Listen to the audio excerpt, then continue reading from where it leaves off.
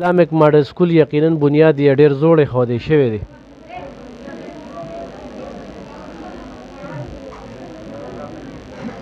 خو ړومبي ځل دی چې زه دغه سکول ته نن دغه فنکشن کې حاضر یم او په دغه ټول فنکشن کې مې اپا ولیدله چې ژوندی ده، نو هغې ته سلام کوم. پرون چې ما ته کال شو نو هغه کوم کس چې ما سره خبرې کولې نو قاري صاحب سره خبرې وکړه. نو چې څنګه وي قاري صاحب سره خبرې وکړه نو قاري امجد صاحب خو ما داسې لیدلی خو د ډېرو کسانو مونږ له نومونه هم نه راځي، خو دا یو علاقه هم د شیرپوم دی. نو ما چې قاري صاحب دی نو ضرور به ځم سبا دغه پروګرام له سهار راغلو دا ټیم شو. تعداد هم ښه ډېر دی، خو واضح په یو مقصد ورسېدم چې دغه سکول د انتظامي یا د مالک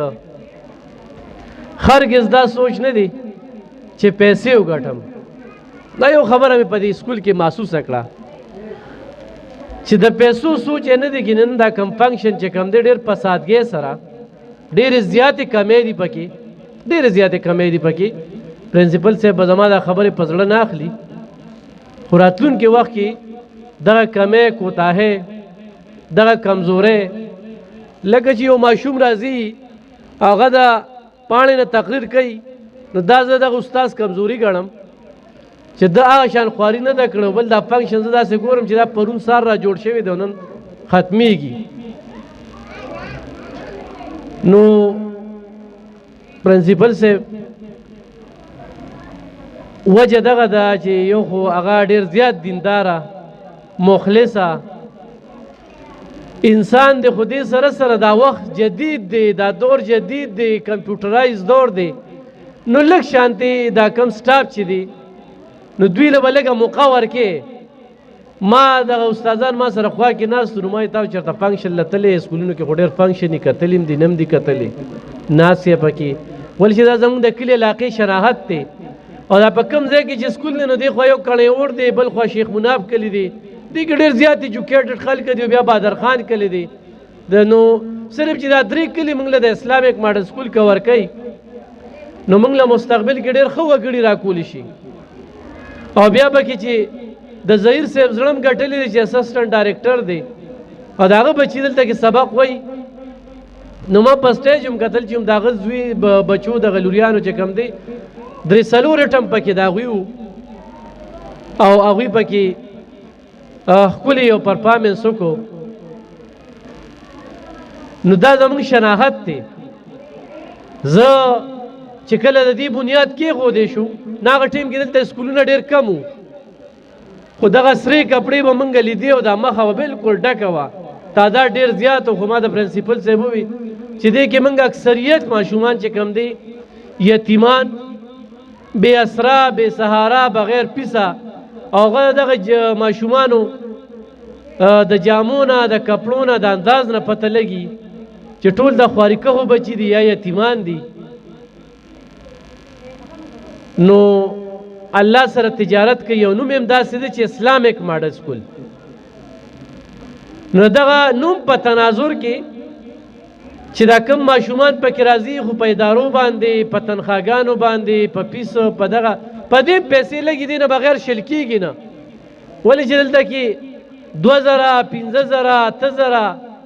د نجي سکول زیات نه زیات تنخوا موږ په ډېرو سکولونو کې وینو 3,000 او 15,000 نه د ښه سکولونو چې کم دی نو تنخواګانې هغه موږ ګورو. خو دلته کې دغه 180 تعداد دی خو لږه توجه ورکړی شوله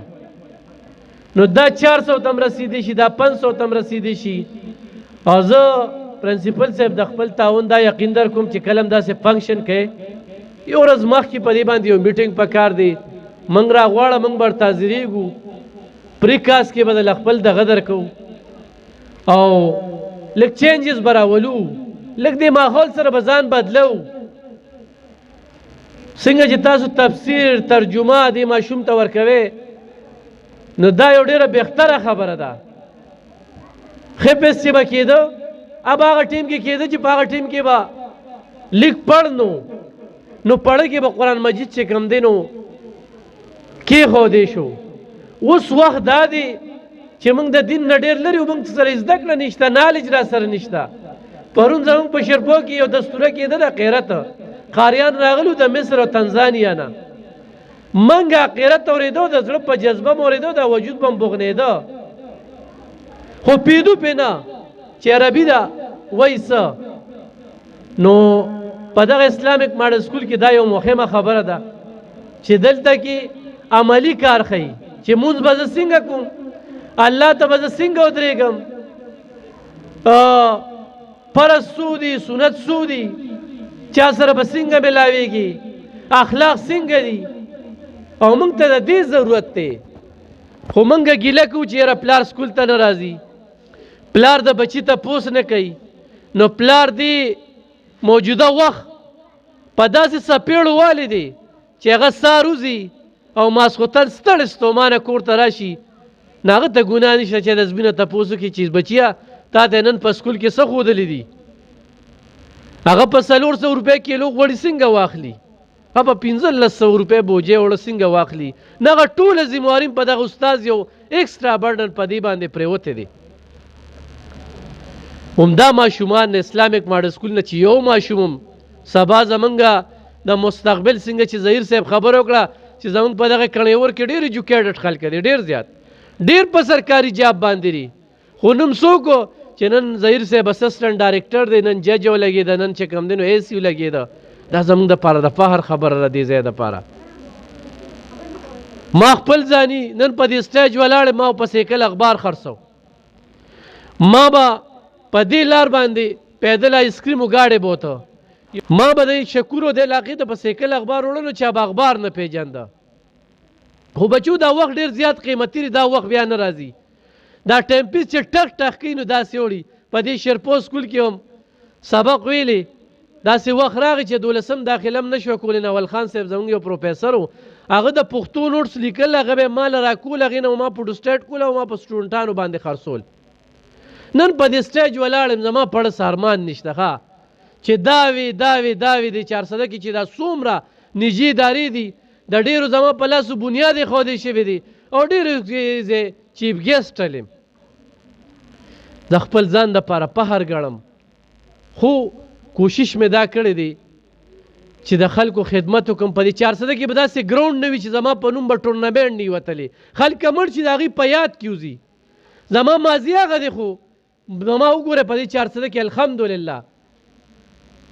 داسې فنکشن بني چې علب خان شرپو پکې ني سرکاري فنکشن چې وي د دې خبرو مقصد او مرام مې دار چې پټاټ هم سبق ویلی پلار هم دړې خرڅې کړي دي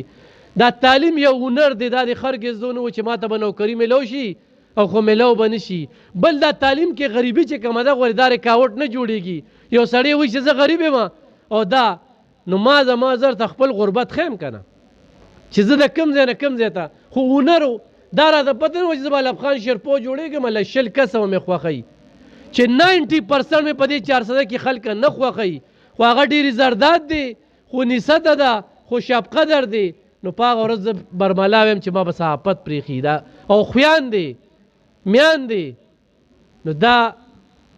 د هغې وجه ده نو نن دا کم بچي او ماشومان چې ناست دي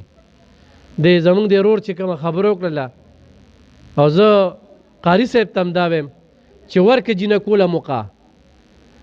ورکه زنانو له موقع چې په سټیج راشي خبرې وکړي نن زما دا چې څنګه ظهیر صاحب ووي د یو خوارکخ لور چې کومه ده ججه جوړېږي د یو بل خوارکخ زوی چې کوم دی اسسټنټ کمیشنر جوړېږي نن په 400 کې 9 افسران چې کوم دی هغه فیمیل دي ښه 4 پکې اسسټنټ کمیشنران دي 4 نن دا ټوله 400 کې ورکوي نن پکې د لاهور نه چې کومه ده اسسټنټ کمیشنر راغلی دی په دغه 400 کې ډیوټي کوي نن د 400 په هسپتال کې د کلونو راسې مونږ چغې وخو د زنانه ټاسوڼ سړی کوي ولې ډاکټره نشته ولې نرسه نشته نن په ښځه باندې موږ تعلیم وکړو په کور کې بندیوان وساتو د هغې هغه ټیلنټ چې کوم دی را برسېره نه شي هغه خپله پوهه چې کومه ده بل له ور نه کړي وجه څه ده د دې معاشرې دغه بېګاړ او دغه تت نظرونه نو زه قاري صاحب له د خپل پرپور تعاون یقین دې خاني ورکوم خپلو خویندو ته دا وایم چې خپل کور کې داسې بروسه پیدا کړئ چې هغوی تاسو له موقع درکړي. زموږ په سپورټس کې دلته 400 نېشنل لوبغاړي چې کوم دی دې وخت کې جنګېږي ښه، او دې وخت کې چې کوم دی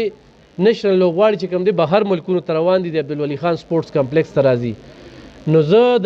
درته دا وایم خو د سپورټس حوالې سره څه تعاون وي، د ډي سي حوالې سره څه تعاون وي،